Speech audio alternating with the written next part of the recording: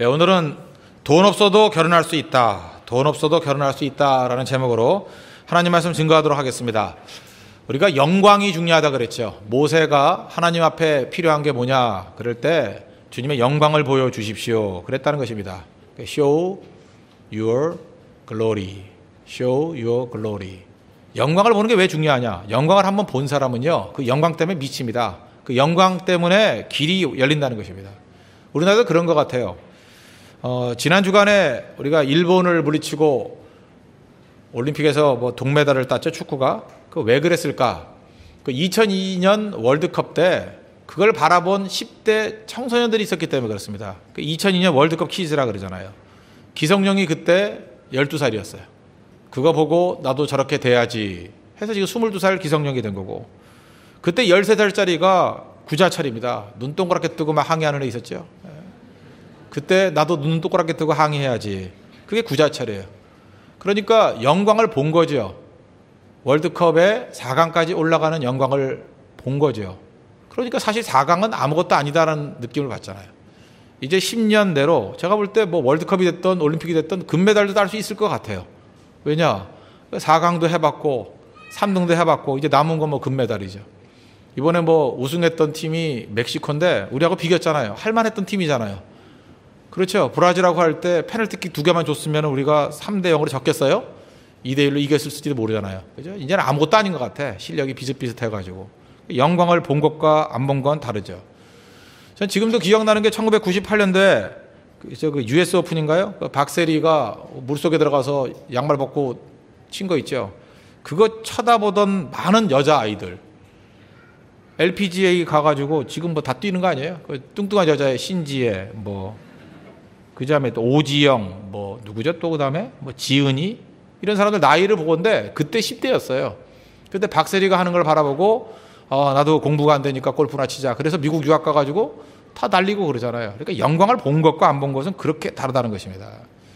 지금 뭐, 김연아라든지 박태환이라든지 이렇게 피겨스케이팅이라든지 또는 뭐 수영의 대가들이 나오지 않았습니까?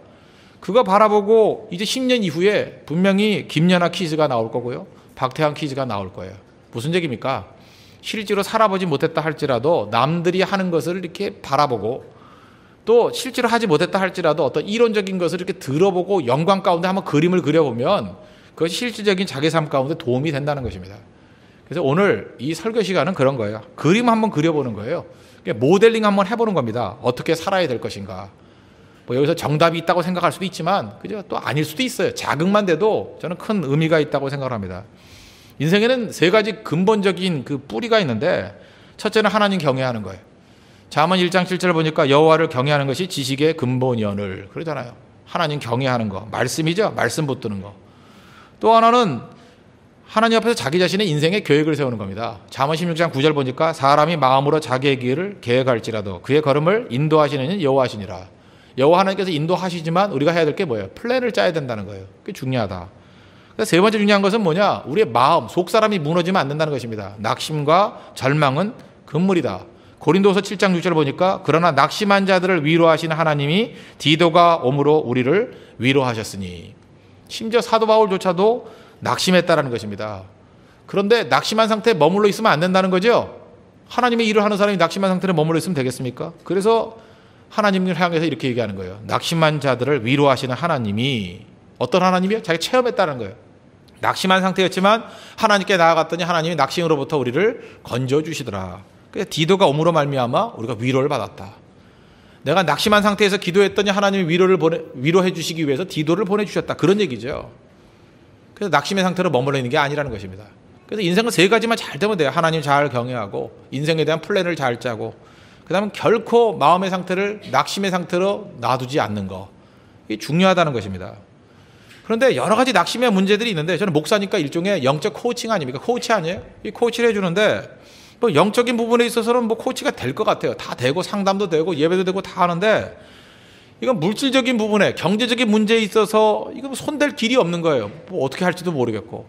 그래서 전문가는 아니지만 성경을 근거로 해가지고 또 다른 그런 재정 컨설턴트하고 이렇게 좀 상의를 해가면서 어떻게 풀어나갈 수 있는가.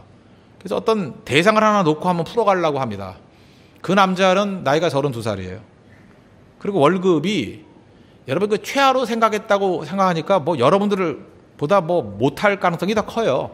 그러나 이걸 그냥 받아들이자. 월급이 150만 원이에요. 150만 원 월급을 받고 저축한 돈 10원도 없어요. 제로. 부모님의 지원이 불가능해요. 학벌은 전문대 졸업했어요. 그리고 지금 어떤 개인 회사를 다니고 있습니다. 결혼하고 싶어요. 근데 낙심이에요. 올 여자도 없고 결혼할 소망도 없는 거예요. 이거 갖고 어떻게 결혼을 해요? 여기에 이런 남자에게 지금 돈 10원도 없는데 월급 150만 원에 부모님도 돈이 하나도 없어요. 거기 가서 살고 싶은 여자 있으면 손 들어봐요. 뭐 안 들겠지 물론. 누군지도 모르니까. 그죠? 이런 남자라 그러면 낙심할 만하죠. 그러니까 이런 사람을 좀 코칭해주고 싶다는 것입니다. 어떻게 살아야 될 것인가. 이 형제 이렇게 얘기를 해요. 그죠? 인생은 불공평해. 뭐 누구는 부모 잘 만나가지고 잘 사는데 나는 이 꼴이 뭐냐. 뭐 부모 잘 만나면 취직 걱정도 안 하고 뭐 거른 걱정도 안 하는데 인생은 불공평해. 잠깐 그런다는 거예요. 근데 인생이 불공평하냐? 그렇지 않다는 것입니다. 자기가 없는 부분만 생각하니까 그렇지 더 가진 부분은 생각을 안 해요. 그 이 형제는요, 몸은 건강해요. 감기도 안 걸려요. 또 소화 기능이 얼마나 좋은지, 장이 좋은지 그냥 아무리 먹어도 뭐 돌멩이를 씹어 먹어도 소화를 시키는 것 같아요. 그게 얼마나 중요한 건데요. 제가 아는 어떤 부잣집 아들은 몸이 너무 약해요. 뭘 먹어도 소화를 못 시켜요. 집에 고기는 많은데 고기를 소화시킬 위가 없어요. 그래서 맨날 채소만 먹어가지고 얼굴이 팍팍 늙어가요. 단백질 보충을 못 해가지고. 그래서 맨날 뭐 화장품만 바르는데 우리 화 목사님 표현대로 화장품 바른다가 되나요? 속이 썩었는데. 그 정도면 공평하죠. 돈은 없지만 건강함이 있잖아요. 돈은 있는데 건강함이 없고 뭐가 더 나아요? 할 말 없죠. 이 형제는 뭐 이렇게 넉넉하지 않은데 제가 볼 때 남자로서 외모를 볼 때 괜찮아요. 키도 뭐 거의 180에 가깝고 조금 모자르고. 그 다음에 뭐 여러 가지 부분에 있어서 괜찮아요. 얼굴도 뭐 잘생긴 건 결코 아니지만 뭐 잘생긴 건 진짜 아니죠. 아니지만 그래도 보기에 따라서 남자답게 생겼어요.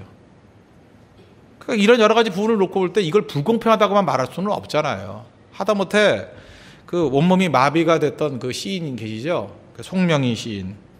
나라는 노래 있잖아요. 나 가진 재물 없으나, 나 남이 가진 지식 없으나, 나 남에게 있는 뭐죠? 건강 있지 않으나, 나에게 남이 없는 거 있다고. 그죠? 그러면서 공평하신 하나님을 찬송하지 않아요? 내가 세상 사람들이 못 본 거 봤다고, 그죠? 하나님의 은혜를 체험했다고, 뭐 이런 찬양을 하는 걸 보면서 그죠? 공평하신 하나님을 찬송하고 있지 않습니까? 이거 괜한 찬송이에요? 아니죠. 잘 보면은 진짜 하나님은 공평한 하나님이실 수도 있다는 것입니다. 왜? 각자 장단점을 다 주셨기 때문에 그렇다는 거예요. 어쨌든 이 형제 돈 문제를 놓고 볼 때 결혼이 잘 안 된다고 생각을 하는 거예요. 그래서 만나보니까 어깨가 처져 있고 대화 속에 자기는 결혼할 자격조차 없는 사람이다 이렇게 얘기를 한다는 것입니다. 그리고 스스로 준비하고 개척해 나갈 길이 너무 암담하니까 아무 생각이 없는 것 같아요. 아무 생각이. 150만 원 버는데 이거 내가 다 쓰기도 바쁜데 어떻게 결혼합니까? 그래요 진짜. 절망해요. 절망 가운데 그러면 너 혼자 살아라 그러기도 힘들고. 이걸 풀어야 될 거 아닙니까? 그 친구들이 결혼 소식이 들려와요. 지금 여기서 제가 지금 32살이라 한 것은 만입니다. 만으로 32살이기 때문에 우리 기수로 얘기하면 21기 형제예요. 21기. 그럼 누구지 상상이 가시죠? 21기. 21기 한번 손 들어봐요. 21기. 21기 아무나 손 들어봐요. 남자 21기. 예, 저렇게 생긴 형제들이에요. 저렇게 생긴 형제. 저 정도가 21기란 말이에요. 근데 월급 150만 원에 저축 하나도 안 돼 있고 키만 커요. 아무것도 없어요. 아무것도. 친구들이 결혼한다는 소식을 들었는데 부럽기도 하지만 암울하고 막막합니다. 근데 주변 사람 속도 모르고 더 늦기 전에 결혼하라 그러고 너무 고르지 말라 그러고 고르긴 뭘 골라요. 결혼할 여자도 없지만 설령 결혼할 여자가 나타난다 할지라도 무슨 돈으로 결혼해요? 그리고 어디 가서 살아요?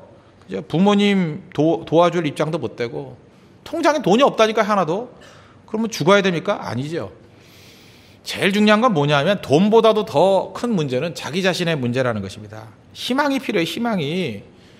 나도 다시 일어날 수 있다. 다시 시작할 수 있다. 하나님이 함께 하시면 된다. 그게 중요한 거라고요. 그래서 제가 그 형제 제일 먼저 바꿔줘야 될 게 자신감이에요. 자신감부터 가져라. 그 다음에 너무 성격이 예민해요. 남들에 대해서 예민하지 마라. 그죠? 그래서 막 일부러 그냥 거칠게 터프하게 다뤄줘요. 왜? 예민하면 안 되니까. 또 그다음에 불안정하게 돼 있는데 불안정하지 말고 제발 그 손이라도 가지런하게 놓여 있어라. 그다음에 등치는 큰 게 또 목소리가 너무 작아요. 그래서 소리 질러대라. 일본 전산이라는 회사를 보면 목소리 크네. 그다음 밥 빨리 먹는 애 뽑는다. 밥이라도 빨리 먹어라. 그건 잘해. 밥 빨리 먹는 거야. 밥은 잘 먹고 좀 대답이라도 좀 크게 해라. 눈을 못 맞춰요. 잠깐만 이러는데 눈 큰 애가 왜 눈을 못 맞추냐? 내 눈 쳐다봐. 그러면 안 보여. 그러는데 보려고 노력이 돼, 임마. 보려고 노력이 되더라고. 그리고 절대로 쓰는 단어들 가운데 절망이라는 단어 쓰지 말고 낙심이라는 단어 쓰지 말고 희망 있는 단어를 써라. 그리고 질문했습니다. 네가 제일 하고 싶은 게 뭐냐? 결혼이래요. 제일 큰 문제가 뭐냐? 돈이래요. 언제 결혼하고 싶냐? 지금 당장이래요. 지금 당장은 안 된다 그랬어요. 그래서 3년 시간을 갖자. 안타깝지만 3년 시간을 가져야 될 것 같아, 이 형제는. 3년 동안 준비하자. 뭐든지 제대로 하려면 준비를 해야 됩니다. 준비. 3년 동안 준비하자. 그 영적인 준비는 어차피 신앙생활을 같이 할 거니까 따로따로 하고 일단 재정적인 계획을 한번 세워보자. 그래서 재정 컨설턴트하고 이렇게 상의를 해서 이게 보니까 이 가능성이 있어요. 가능성이. 첫째, 제가 물어봤어요. 이거 여러분들 이거 그 현실을 모른다고 생각하지 말고 이 정도 위치에 놓인 현재의 현실적인 대책이에요. 결혼 비용 얼마 있으면 되냐 물어봤어요. 500만 원이면 된대요. 여기서 지금 500만 원 갖고 결혼 어떻게 하느냐? 그 부자들 얘기예요. 아주 어려운 사람은 500만 원으로 할 수 있습니다. 제가 옛날에 그 500만 원도 안 들고도 결혼식 한 적 있어요. 시킨 적 있어요. 그래서 하객들에게 새우깡 주고 콜라 주고 끝냈어요. 그 서서 마시고 끝냈어요. 그래도 되잖아요. 그리고 뭐 축하받고 끝냈어요. 가능합니다. 500만 원으로 돼요. 된다는 거 있지만 그래서 결혼비 한 500만 원. 그 다음에 전세 자금이 얼마가 필요하냐 그랬더니 자기는 워낙 가난하게 살았기 때문에 단칸방이면 된대요. 글쎄 그 여자가 될지 모르지만 하여튼 본인은 단칸방이면 된대요. 그 서울에서 좀 약간 1시간 좀 떨어진 지역을 생각하더라고요. 4천만 원이면 된대요. 4천만 원의 집은 어디서 얻느냐? 상수 쪽이니까 안 되고 공덕동이니까 안 되는 거죠. 저 멀리 가면 있어요. 멀리 가면 꽤 멀지 않아도 돼요. 저기 찬양인도 하는 이 형제들 보니까 뭐 집 샀는데 아파트 샀는데 그 뭐 인천 저쪽 가니까 청라지구 가니까 뭐 1억 좀 넘으니까 사대. 그러니까 무슨 얘기인지 알겠죠? 4천만 원이면 방 한 칸 얻을 수 있어요. 이제 그걸 이제 출발로 하자고요. 이 친구는 워낙 어렵게 살았고 판단 고시원 이런 데서 자랐기 때문에 방 한 칸도 너무 감사한 거예요. 이게 장점인 거 아시죠? 딴 사람들 이러면 못 살 거다 그러는데 이 사람은 이게 꿈이에요. 그래서 이제 짜기 시작했습니다. 네가 월급이 150만 원이니까 적어도 한 달에 50만 원은 저축할 수 있지. 할 수 있답니다. 50만 원씩 저축하면은 3년이면 대충 2천만 원이 좀 안 되는데 2천만 원이라 합시다. 돼요. 2천만 원 거의. 50만 원씩 3년 저축하면 2천만 원이 됩니다. 그 다음에 그 2천만 원은 확보됐죠? 확보된 거죠? 3년 동안 모은다 그러면. 그 다음에 먼저 근로복지공단에 가서 결혼자금으로 500만 원을 대출받으라 그랬어요. 대출할 수 있습니다.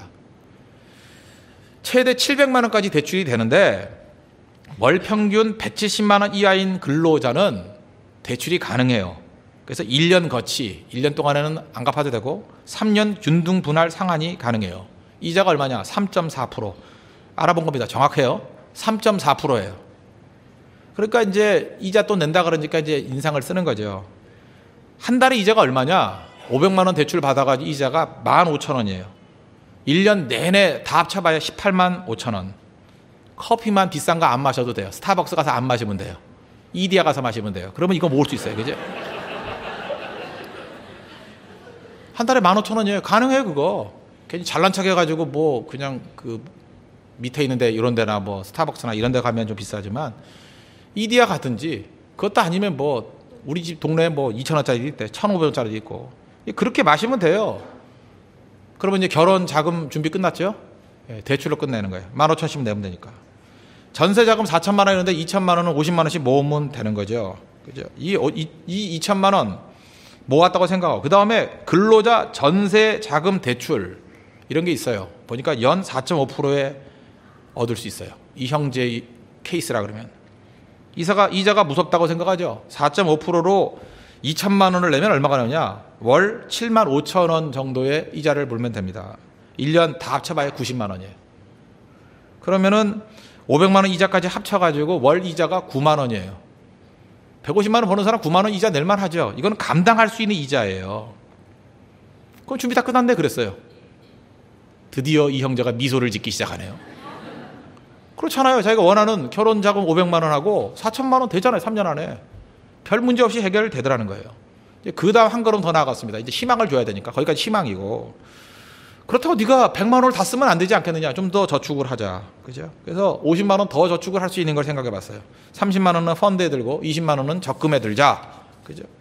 그러면은 대개 2년 6개월 정도, 3년 정도 지나면 어느 정도가 되느냐. 30만 원짜리 펀드를 들면 원금이 900만 원이에요. 근데 펀드를 약간 오른다고 봐야죠. 그럼 1000만 원으로 마련된다고 합시다. 1000만 원. 3년 있으면 1000만 원 마련돼요. 20만 원씩 적금을 하면, 그죠? 그 다음에 또 월급이 오르겠죠. 150만 원 맨날 그대로 들까요? 대개 10만 원, 20만 원씩 올라요, 매년. 그러면 처음에는 20만 원씩 적금하다가 오른 거 다 저축하자. 그래서 첫째에는 30만 원, 둘째에는 40만 원, 셋째는 50만 원 한다고 치자. 그리고 계산해 보니까 한 1,500만 원 정도가 되더라고요. 그럼 벌써 합치면 얼마예요? 2,500만 원. 그런데 회사가 갑자기 보너스를 줄 수 있죠. 근데 보너스를 받았대요. 이번에도 케이스가. 얼마? 500만 원 받았대요. 회사가 또 잘 돼가죠. IT 업종이기 때문에. 그래서 500만 원 정도 나왔고, 그 다음에 부모님이 돈이 없는 줄 알았더니 또 숨겨놓은 돈이 있대요. 너 장가 가면 준다고 그래서 1,000만 원짜리 또 나왔대요. 1,000만 원을 부모님이 준비해 놓은 게 있다고. 그래서 계산해 보니까 벌써 4,200만 원 정도가 모인 거예요. 그죠? 아까 얘기했죠? 3년 정도를 생각할 때 그 결혼자금 500만 원하고 4천만 원 전세 자금은 아까 끝났죠? 나머지 갖고 이렇게 모으려고 생각해 봤는데 이런 식으로 계산해 보니까 4,200만 원이 더 채워진 거예요. 아까 그것까지 합치면 거의 1억 가까이가 되더라는 것입니다. 지금 속고 있어요? 지금 내가 지금 그대로 설명해 줬잖아요, 지금. 150만 원 버는 형제가 그냥 1년에 한 10만 원씩 월급이 올라간다고 쳐도 그거를 알뜰하게 한 50만 원으로 쓰고 한 100만 원 정도만 이렇게 저축을 해도 여러 가지 모양의 1억 정도를 마련할 수 있어요. 그럼 이걸 곱하기 2로 하면, 그죠? 뭐 산술적으로 대충 하면 한 300만 원 버는 사람이 이 얘기를 2배로 뒤집으면 어떤 일이 벌어져요? 한 2억 정도 자기가 가용 자원이 생기는 거예요. 이 자리에도 분명히 그런 사람이 있습니다. 한 1,500만 원 정도 버는 사람이 있어요. 있다고 여기에 분명히 있어요. 1,500만 원 정도 버는 사람이 있으면 그 사람은 3년 정도만 지나면 10억도 모을 수 있어요. 그렇다 그러면 내가 계획을 얼마나 잘 세우느냐 못 세우느냐에 따라서 인생이 달라지는 거죠. 나는 먹고 살기 바빠가지고 아무것도 준비할 수 없어요. 그리고 어영부영 세월 보내면 3년 그냥 지나갑니다. 그리고 계속 거지예요. 아무것도 없고. 근데 정신 차리고 이런 정도만 준비를 한다 그러면 150만 원 가지고도, 그죠? 500만 원과 4천만 원 전세비와 결혼자금 마련하고도 한 4,200만 원 정도 남는다니까요. 한 1억 가까이 되는 돈을 다스릴 수 있게 된다는 것입니다. 그러면 이건 지금 애누리에서 최소 분량을 얘기를 한 거지 여기에서 멈추느냐? 절대 그렇지 않아요. 이 정도로 악착같이 사는 사람이 나오면요, 싹수가 보이기 때문에 주변에 있는 사람들이 도와주기 시작합니다. 이런 건강한 청년 내가 투자할 수 있어. 이런 건강한 청년이면 내가 도와줄 수 있어. 일단 하나님이 도와주셔요. 하나님께서 절대 그 상태로 머물러 두게 만드십니다. 하나님께서 한량없이 부어주시는 능력이 있어요.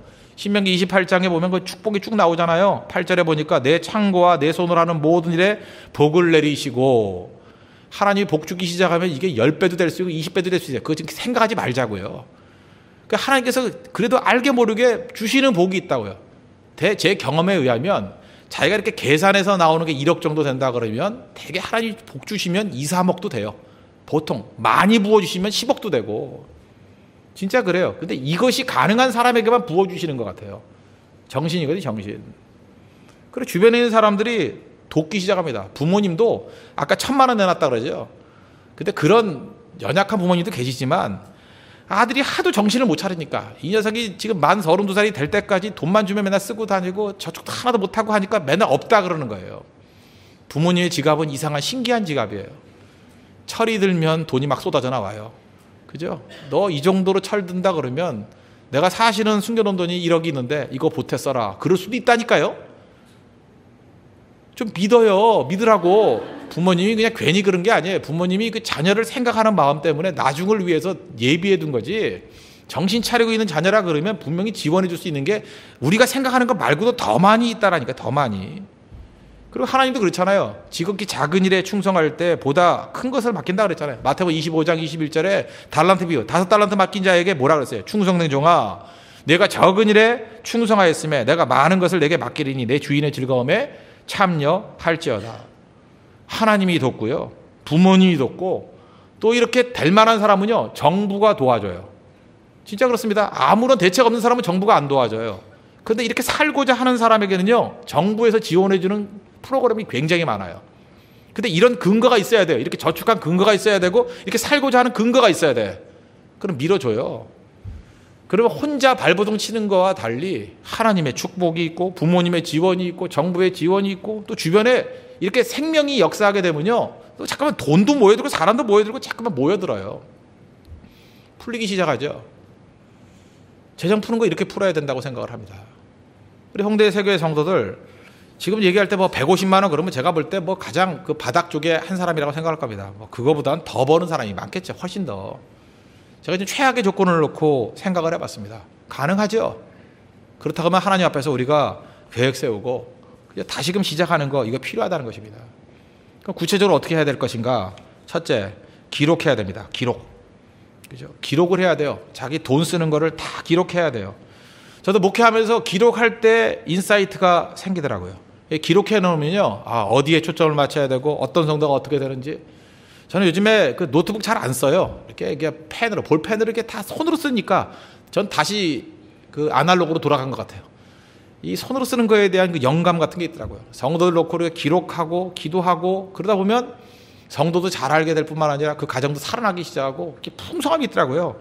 저는 이게 볼펜의 능력을 믿습니다. 손으로 쓸 때 그 능력이 나타나요. 여기 예배 드릴 때 뭐 찬송가하고 성경책을 안 들고 오시고 스마트폰으로 보시는 분 있죠. 스마트폰만큼의 은혜를 받을 거예요. 스마트폰 날아가면 자기 은혜도 다 날아가 버리고 한 번쯤은 날아가요, 그거. 그죠? 될 수 있으면 성경과 찬송은 자기 손때 묻은 걸 들고 다니는 게 필요하다고 생각합니다. 제가 해봐서 그래요. 제가 그게 없겠습니까? 저도 앱 많아요, 그런 거. 그죠? 찬송가 앱만 해도 7가지가 있어요. 그렇지만 이게 손 칩으로 넘겨가는 그 찬송가의 은혜가 있는 거지. 성경책도 줄거가면서 제가 지난주에 형광펜 샀어요. 그죠? 색색으로 그 칠할 때 그 느낌. 노란색이네, 빨간색이네, 파란색이네. 파란색을 칠하면 안 돼요. 글자가 안 보이더라고. 막 칠하네. 그때 거기에 임하는 그 능력, 은혜, 그런 게 있잖아요. 기록하십시오, 기록. 철저히 기록하면, 그래서 그런 얘기 있잖아요. 적어야 된다고. 적자 생존. 아시죠? 적는 자만 살아납니다. 적자 생존. 잠깐 적어야 돼요. 이렇게 적고. 그러면 내가 낭비하는 것이 어딘지, 내가 소유한 것이 무엇인지, 내 돈이 어디로 가고 있는지 그게 추적이 가능해요. 추적이 가능하면 평가가 가능하고, 평가가 가능하면 버리고 자르고 붙들 걸 찾아낼 수 있다고요. 적어야 됩니다. 여러분들 지금도 뭐 가계분이 뭐 하나도 안 적고 돈이 어디로 가는지 전혀 모르고 뭐 어떻게 썼는지 자기도 모르고 소망 없어요. 그런 사람한테 절대 시집가면 안 됩니다. 그런 녀석은 계속해서 근신하고, 그죠? 1년 내에 결혼할 사람 일어서기나 하고 맨날 그런 거 해야 돼요. 그죠? 절대로 결혼하면 안 돼요, 그런 사람한테. 그거는 내가 볼 때 징벌의 의미가 있어야 돼. 징벌의 의미. 그건 준비 더 해야 됩니다. 기록해야 돼요. 그래서 총각들한테 물어보세요. 혹시 그 돈 쓴 거 기록한 거 있냐? 그래서 1년, 2년치가 딱 있다 그러면 믿어도 될 사람. 정말이에요. 그 사람은 지금 얼마를 벌든 간에 믿어도 될 사람이에요. 기록하는 자에게 소망이 있어요. 기록이 없으면 아무것도 아니라는 것입니다. 그 두 번째는 저축해야죠. 오늘 잠언 21장 5절 보니까 부지런한 자의 경영은 풍부함에 이를 것이나, 그 영어 성경 번역 가운데 쉽게 번역한 리빙 바이블이라고 있죠. 리빙 바이블 보니까 wise man saves for the future 이렇게 돼 있어요. 지혜로운 사람은 미래를 대비해서 저축한다. 그거예요. 이렇게 번역해놨다가 참 멋진 번역 아니에요? 저축 못하는 이유가 무엇입니까? 이게 과소비 때문에 그렇죠. 소비. 21장 4절 보니까 눈이 높은 것, 이게 죄라 그랬죠. 눈이 높은 거. 그러니까 너무 이게 과소비하는 게 눈이 높은 거예요. 아까도 얘기했지만 커피 같은 거 너무 비싼 커피 마시고 150만 원 버는 주제에 무슨 놈의 비싼 커피를 마셔요. 그죠? 그거 다 줄이고, 휴대폰도 150만 원 받는 주제에 무슨 9만 5천 원짜리 그런 걸 왜 해요? 뭐 전화만 맨날 들고 살 거예요. 어제 전화 올 때도 없으면서. 전화 받아봐야 목사 전화밖에 안 받으면서 4만 5천 원짜리를 바꾸든지 아니면 폴더폰으로 바꾸든지 할아버지 폰으로 바꾸든지. 그게 참 필요하다고 생각해, 그거. 그리고 또 하나인데 제가 이거 기록을 봤어요. 150만 원 정도 버는 사람은 신용카드 찢어버려야 됩니다. 진짜예요. 현금보다 신용카드를 쓸 때 평균 30%에서 40% 더 소비한대요. 이게 지불의 고통이라 그러거든요. 이 카드를 긁을 때는 즉각적이고 만질 수 있는 게 아니기 때문에 고통이 없잖아요. 뭐 카드를 긁을 때 아파 이런 게 있어요? 없잖아요. 근데 돈이 나갈 때는 이렇게 두툼하게 나갈 때는 고통을 느끼기 때문에 안 쓴대요. 그래서 현금으로 결제하는 버릇을 기르십시오. 카드 쓰면은 포인트가 생긴다고. 그 포인트 생겨봐요. 극장 갈 때 쓰는 것밖에 더 생겨요. 그거 그 쓰지 말라고요. 제가 목사니까 뭐 부자도 만나고 가난한 사람도 만나고 다양한 사람들을 만나지 않습니까? 근데 참 묘한 게 있어요. 부자일수록 현찰을 써요. 그거 이상하죠? 부자들은 어디 가면 꼭 현찰을 내요. 근데 가난하면 가난할수록 카드가 수두룩하게 들어있어요. 그래서 저는 혼자 이렇게 생각했죠. 저 부자 저거 자금 추적을 안 당하려고 저렇게 하나. 그래서 제가 한 번은 그 연세 드신 분이기 때문에 한번 물어봤어요. 꽤 돈도 있으신 분인데 왜 카드 안 쓰세요? 그랬더니 똑같은 얘기예요. 카드로 쓰면 과소비한대요. 자기는 그냥 카드 포인트 그런 거 필요 없대요. 현찰을 쓴대요. 이제 현찰을 쓰는 사람들은 거의 부자예요, 부자. 판매에 그냥 쥐뿔도 없는 녀석들은 카드 들고 다니, 이 카드 저 카드 그냥 어디 포인트 뭐 있고 그런 정보만 알고, 그래서 포인트 얻으려고 돈은 더 쓰고, 그러니까 더 가난해지고, 가난해지니까 또 카드 더 발급해서 또 카드를 막고. 참 불쌍한 인생이죠. 제가 볼 때 그래요. 300만 원 이하 정도 되는 소득이라 그러면 카드 없어도 돼요. 체크 카드 그런 거 하나 들고 다니든지, 그것도 없으면 크리스마스 카드나 들고 다니든지, 그죠? 예. 다 없애버리는 게 좋다고 생각합니다. 지하철 타고 다니니까 뭐 한 장 정도 있어야겠죠. 그 체크 카드 되죠? 안 돼요? 예, 그런 거 정도를 하고 신용카드는 없애는 게 좋다고 생각을 합니다. 그리고 저축하셔야 돼요. 저축. 뭐 어떤 사람은 그 명품 가방 하나 사놓고 뭐 샤테크 한다 그러는데 그런 거 없죠. 아시죠? 시간이 지나도 가치가 올라가는 데 투자해야 돼요. 저축해 놓으면 이자가 생기잖아요. 근데 물건 사놓으면 시간이 가면 갈수록 감가상각돼 가지고 가치가 떨어지잖아요. 100만 원짜리 사놓으면 그거 2, 3년 지나봐요. 40만 원도 안 돼요. 근데 아무리 하찮은 데 넣는다 할지라도 100만 원 넣어놓으면 이자가 아무리 안 나와도 몇만 원 나올 거 아니에요. 그렇죠? 불어나는 데에 돈을 둘 줄 아는 거, 그게 지혜라는 것입니다. 그리고 무엇보다도 세 번째 중요한 건 드릴 줄 알아야 돼요. 하나님 앞에 드릴 줄 아는 거. 히스기야 때 내용입니다. 역대하 31장 5절 보니까 왕의 명령이 내리자 곧 이스라엘 자손이 곡식과 포도주와 기름과 꿀과 밭의 모든 소산의 첫 열매를 풍성히 드렸고 또 모든 것의 11조를 많이 가져왔으며. 아무리 절약한다 할지라도 제일 먼저 해야 될 일이 뭐냐? 히스기야 때의 부흥의 원인이 무엇인가? 소산의 첫 열매를 하나님께 드리고 모든 것의 11조를 드렸다. 11조라는 건 뭐냐? 하나님께서 우리에게 주신 게 아니고 손대지 말라 그런 거예요. 그러니까 11조는 헌금이 아니에요. 하나님 우리에게 다 맡겨주셨는데 10분의 1은 손대지 마. 손 안 대는 거예요. 그래서 11조는 정직함에 대한 상징이에요. 나는 도둑질하지 않는 겁니다. 하나님께 손대지 않습니다. 그리고 10분의 9를 가지고 뛰어도 충분하다는 것입니다. 하나님께서 그걸 통해서 복 주신다는 거예요. 그래서 물질을 지배하는 게 하나님입니다. 이거를 고백하는 신앙 고백이 11조예요. 그래서 11조를 안 드린다는 건 믿음이 없는 거예요. 하나님 믿지 않는 거예요. 돈에 대한 주인이 나라고. 오늘 아침에도 설교했지만 에고의 에고. 내가 내 인생 꾸려나가겠습니다. 내 인생의 주인이 납니다. 에고의 에고. 깨져야 될 에고 중에 하나가 그겁니다. 물질이에요. 그래서 마틴 루터가 세 가지 회개를 해야 된다 그랬죠. 첫째는 가슴의 회개, 두 번째는 정신의 회개, 세 번째는 돈지갑의 회개. 출발부터 이런 회개가 철저히 이루어지게 되면 문제없는 능력 있는 인생이 될 수 있다고 확신합니다. 그래서 오늘 저녁에 여러분들이 인생을 디자인 다시 해보십시오. 지금 순서로는 이렇게 했지만 내용은 거꾸로가 돼야 돼요. 하나님께 철저히 11조 생활을 하면서 저축하는 계획을 세우십시오. 그죠? 그리고 무엇보다도 하나님 앞에서 이렇게 기록해가면서 추적할 줄 아는 모습들. 그리고 우리 교회도 지금 중요한 재정 그 전문가들 굉장히 많이 있습니다. 또 금융 계통에 있는 분들 되게 많아요. 그 디자인 하나 해달라 그래요. 디자인. 내 소득이 이 정도인데 내가 3년 안에 필요한 돈이 이 정도입니다. 어떻게 하면 이걸 얻을 수 있을까요? 그 디자인 해줘요. 그거. 아니 성도인데 뭐가 안 해주겠어요. 그거 밥 한 끼 사주면 되고. 그런 거 하길 원하는 사람 이번 캠프 가세요. 밤새도록 할 일도 없으니까 붙잡고 늘어지면 돼. 그죠? 알려줘. 빨리 해줘 하면 밤중에는 해줘요. 그거 귀찮으니까. 그죠? 해줘요. 그래서 아이스크림 하나 사주고. 그죠? 아니면 그 돼지 바베큐 한 거 한 점 더 뜯어가지고 입에 넣어주고. 그러면 해준다니까요. 그죠? 그래서 그런 걸 디자인 하나 해서 그 비전을 가지고 뛰면 제가 볼 때 너무 롱통으로 잡지 마시죠. 한 3년 정도 계획이 제일 중요해요. 3년 정도에 아까도 얘기했잖아요. 150만 원 버는 사람이 1억 가까이 되는 돈을 다룰 수 있다니까요. 그럼 그거보단 다 낫잖아요. 나는 1억 단위 이상으로는 돈을 다뤄본 적이 없어. 그거는 첫째, 아무런 계획 없이 산 거예요. 아무런 계획 없이. 대충 산 거예요, 그거. 그걸 누가 훌륭한 인생이라 그래요. 전쟁을 할 때도 계획 세우고 하지 않습니까? 그죠? 사업을 할 때도 계획 세우고 하는 거 아니에요? 하나님께 누가 그렇게 살래요? 그래서 우리가 부족하고 연약함이 있지만 일단 계획 세우고 그 내용을 놓고 하나님 앞에 축복과 은혜를 구하게 되면 주님께서 그거보다 더 풍성히 부어주실 수 있는 분이라는 걸 여러분 믿으시기 바랍니다. 그래서 우리 삶 가운데 물질로부터 어려움 당하거나 물질에 종되는 그런 모습이 아니라 하나님께서 우리에게 더 많이 주시기를 원하시는 분 아니에요. 주님께서 주신 것을 가지고 잘 섬기고 심을 것과 또 먹을 것 다 주신다 그랬어요. 열심히 먹고 심을 줄 아는, 그래서 다른 사람까지 도울 수 있는 우리 믿음의 신실한 종 되기를 바랍니다. 네, 기도하겠습니다. 이 시간 하나님, 우리 재정적인 부분에 있어서 지혜를 주시고 이제는 계획 세우게 해주시고 돈 없이 사는 인생이 아니라 돈을 정복하는 인생 될 수 있도록 해달라고 이 시간 다 같이 하나님 앞에 간구하도록 하겠습니다.